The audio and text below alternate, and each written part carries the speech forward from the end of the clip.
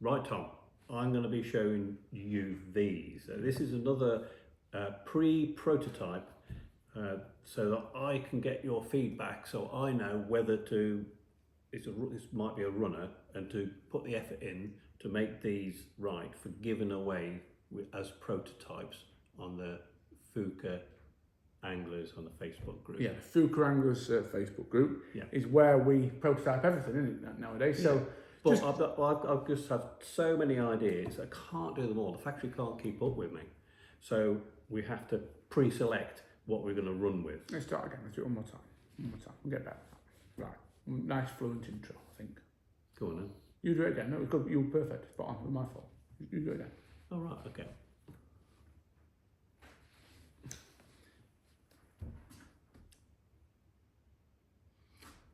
This is another pre-prototype video where I'm asking you whether something that I've got an idea for is worth me pursuing and putting on to the food as a prototype, where we give away stuff on the Fuka Anglers Facebook group. So for here, I want to know whether this is worth running with. That's why we're here. Well, this is a product that I've obviously used loads over the years. Right, I'm going to say, right since I started fishing near enough, I've been fishing with expander pellets. I'm going to sneeze in a minute. Excuse me. Lots of different kinds out there. Lots of different kinds. I felt that coming for about 30 seconds before I sneezed. Right since we started filming. Lots of different kinds out there. And to be honest, not making any bones about it, lots of crap ones out there. What are they? So an expander pellet is a kind, I think it's originally a fish food for koi carp and things like that. It's a kind of pellet that you soak in water that expands up, and you can then put a hook through it. So you might have heard them called a soft hook pellet or a hooker pellet before as well.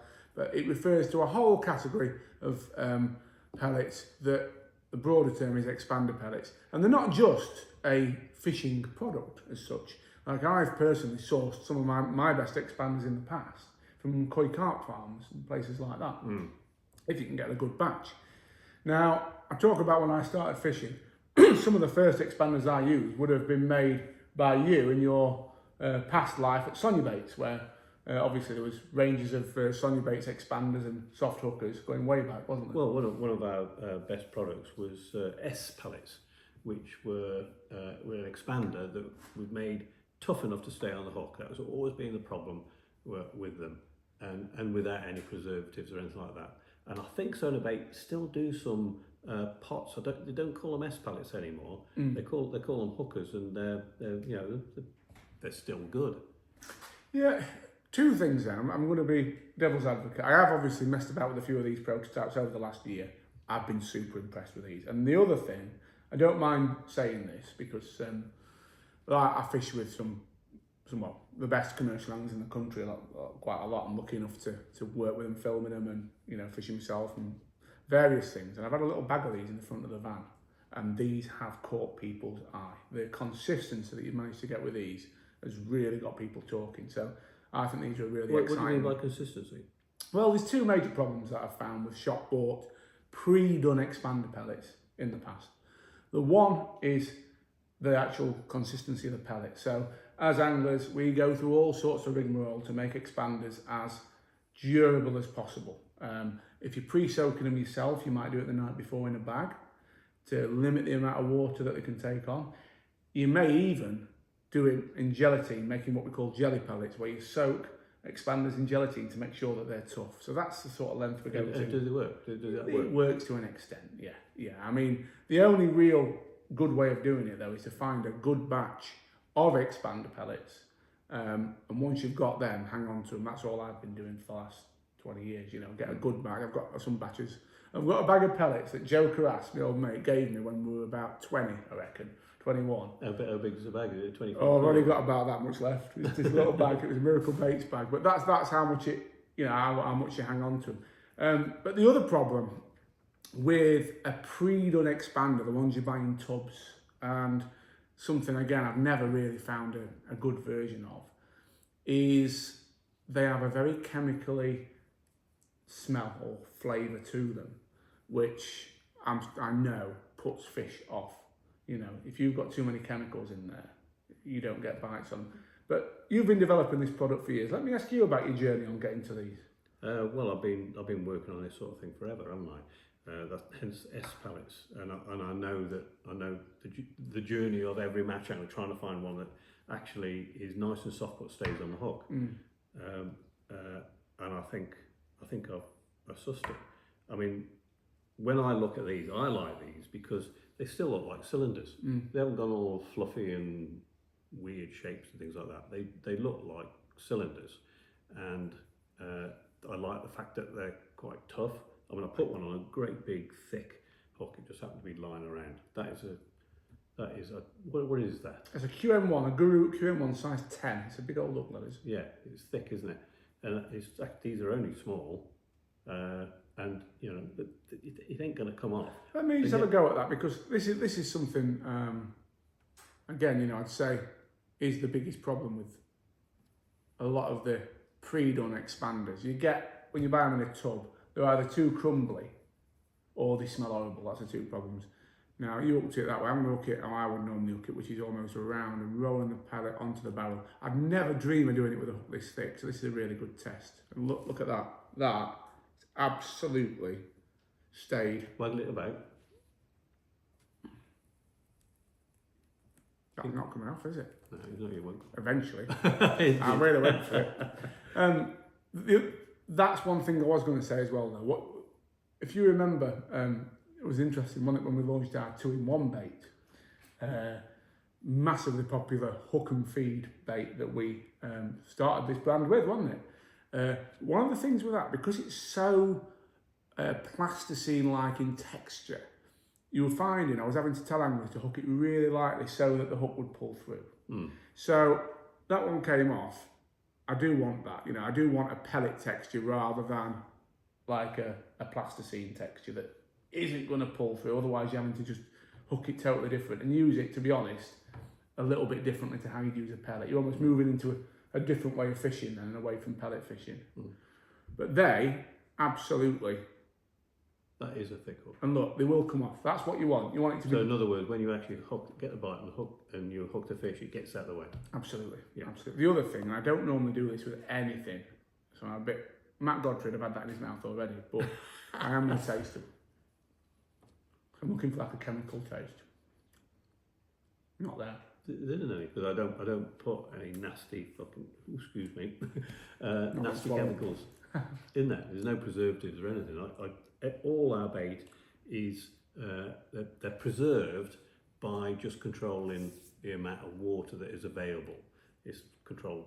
It's available water content is called technically, and then if you get that right, you don't need all the preservatives, because the preservatives, you can bet your bottom dollar every single preservative tastes really sharp and nasty. Yeah, you know straight away. So does the fish. Yeah, if you get an expander pellet that's been pre-done in a tub with the wrong stuff in it, you'll have no doubt about it when you put it in your mouth. You'll know, oh yeah, I wouldn't eat that. That is not unpleasant. I did notice you didn't swallow it. No, I rarely do. So, a couple of other things about these. Right.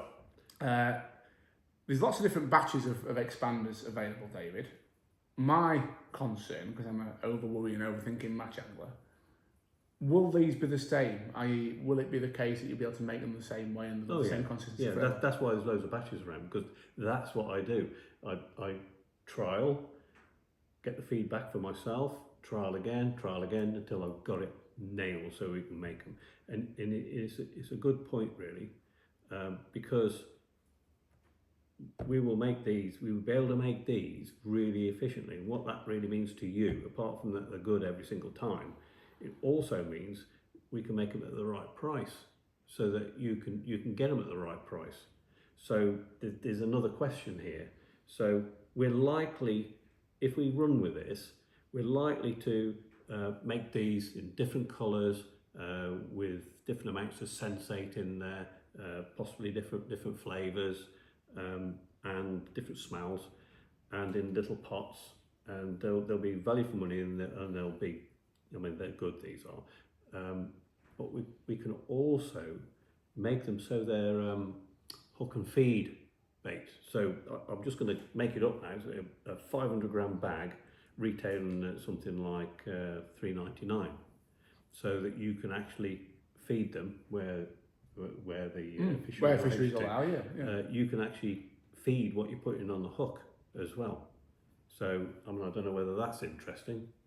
It's certainly, I mean, where you can do it, when you can do it, loose feeding expanders is absolutely deadly. I won a match at Messing with Sands a couple of years ago where you were allowed to do that. Just, there was no way I'd have caught that weight on any other method. It was fantastic fishing. But, as you say, the only limit, and my concern with this for the mass market is how many venues do you guys go to where you're able to loose feed expanders? Would you be interested in buying a big bag, or would you rather just buy a little pot that you can put on the hook? So let us know, because if a big bag of that, David, what would cost roughly? Give us a ballpark. I know you can't say exactly. Well, it might be £3.99 for a bag of 400 grams. Wow, so it's cheap then, isn't it? Yeah. Well, I don't know. Is that cheap? I have no idea. Yeah. I just love these because they basically they all sink. I don't know whether you can see that, but they all stay sunk. Here's the thing. I don't know whether this is good or bad. They are heavy. So, in my mind, homemade expanders, one of the things they got going for them is that they sink slowly. But these sink really heavily. So they'll go down quick and they'll stay on the bottom. I don't know whether that's good or bad. Personally, I think I'd rather them waft a bit more through the layer for fishing in deep water. So say I'm fishing for skimmers on the bottom in 5-6 foot of water. Yeah. Expander on the hook, I'd rather them sink a bit slower. But other scenarios, say you're fishing up to an island and in 2 foot of water for an F1, that sinking like that's no problem, because you're almost after that anyway, reading when it's sank, Well, I've heard you say in the past that sometimes you want stuff to not rise up off the bottom in the presence of fish. No, that's right. Otherwise you start getting line bites. There's two things, if you're fishing, as I said, in shallow water where you're looking to catch carp and F1s, yes, pin them down, that's what I'm trying to do. Skimmers, other fish, cooler weather, they sit off the bottom, you almost want them to see it fall. But listen, I'd be really interested to try these, because I'm going to bet at 6 foot down they're not going to fall as fast as they're doing there. You know what I mean? They will. I'm just wondering whether I can actually make them slow sinkers by squashing them, because they're so tough. Certainly tough, aren't they? Yeah, that's a lot lighter. Look, see, they don't come up at all. They come up. The ones I've squashed and then just. You could actually. It's just me being the way I am. I'm always trying things out, so I'm going to squash those flat. And my idea, they spring up again. Then you can't see that. But it's interesting, David, as well. These have held their form in that bowl. Look, if I give this a shake, you can see the pellets are well loose in there. But you can see this. If I squeeze one of these, watch how much liquid attractant comes out of them. If I squeeze that, you can see that. But look, it's almost like dripping out of it. So, interesting stuff. Now, one other thing that I know we're going to be asked by the food anglers out there. These are a formal expander, which are by far and away the most popular size in my world of match fishing. Well, they haven't expanded as much as they normally do, have they? I understand why they're a bit smaller now. Good. Well, I like them that size. Because a 4-well expander ends up bigger than that normally, doesn't it? Slightly, yeah, not a lot. That's a perfect size to me for skimmers and F1s. Yeah. But 6mm and 8mm expanders do have a place in match fishing for carp, things like that. Could you do these in a 6 and 8mm size? Yeah, no problem. Right. Absolutely no problem. So, let us know what you think, guys. Prototype, or pre-prototype, should I say, expanders. Yeah, and go on to the Fuka Anglers Facebook group and leave some comments on that, because I want to know. So don't be shy on there. One thing that we're really keen to stress, we've had a really interesting journey with Fuka, in that when we first launched, we had a few negative people who put negative comments on everything, and they seem to have gone now, and we've got this sea of really nice, positive people on our Facebook. It's a lovely place to be. It really is lovely. But I know you said to me, David, you're keen to tell these people, don't feel you've just got to say good things about the prototypes. He wants to hear. I want your truth. Yeah. And if it's they're not interesting to you, you have to tell me, because that's just as important to me as if you say they're really good. Because you've got to mean whatever it is you say, and then I can use that. Then, if loads and loads of you guys say it's not really my cup of tea, then that's useful to me.